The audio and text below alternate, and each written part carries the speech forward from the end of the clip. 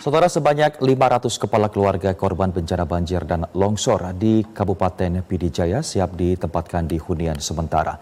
Laporan selengkapnya akan disampaikan reporter TVRI Evrilia Rizky langsung dari Pidijaya Aceh. Evril, silakan dengan informasi lengkap Anda. Ya, selamat siang Semi dan juga saudara.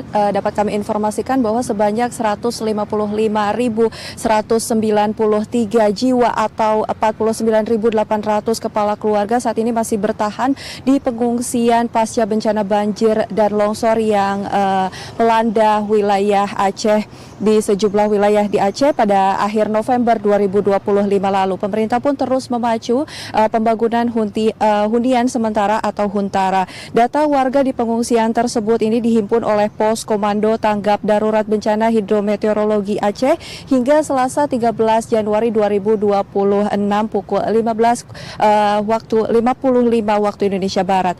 Salah satunya di Kabupaten Pidijaya sebanyak 500 kepala keluarga korban bencana banjir dan juga longsor ini siap ditempatkan di huntara. Selain huntara juga warga dapat memilih program dana tunggu hunian dengan jumlah mencapai Rp600.000. Saat ini Semi dan juga saudara sebanyak 600 unit huntara sedang dalam proses pengerjaan yang tersebar di 16 titik lokasi termasuk juga di kawasan komplek perkantoran pemerintah Kabupaten Pidijaya. Pemerintah daerah menilai bahwa perpindahan warga ke huntara ini bersifat mendesak karena mengingat sulitnya atau mengingat kondisi di tenda darurat yang semakin memprihatinkan. Selain keterbatasan ruang, warga juga harus menghadapi terbatasnya fasilitas MCK dan juga sulit akses air bersih. Situasi juga semakin dipersulit karena wilayah Pidijaya ini masih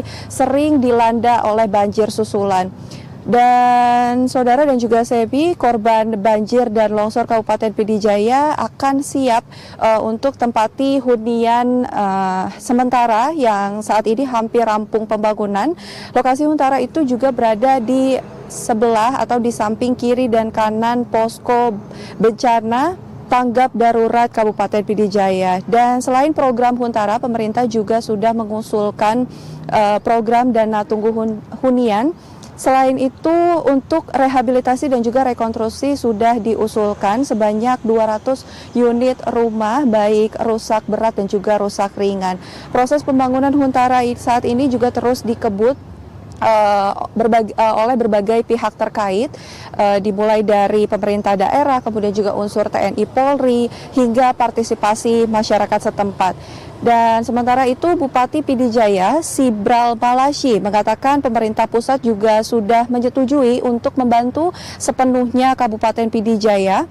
Selain menyediakan tempat tinggal, pembangunan di proses pembangunan huntara di Pidijaya juga salah satunya di gedung MTQ Pidijaya juga dilengkapi dengan fasilitas dasar penunjang kebutuhan warga seperti sanitasi, air bersih, dan juga akses pelayanan kesehatan.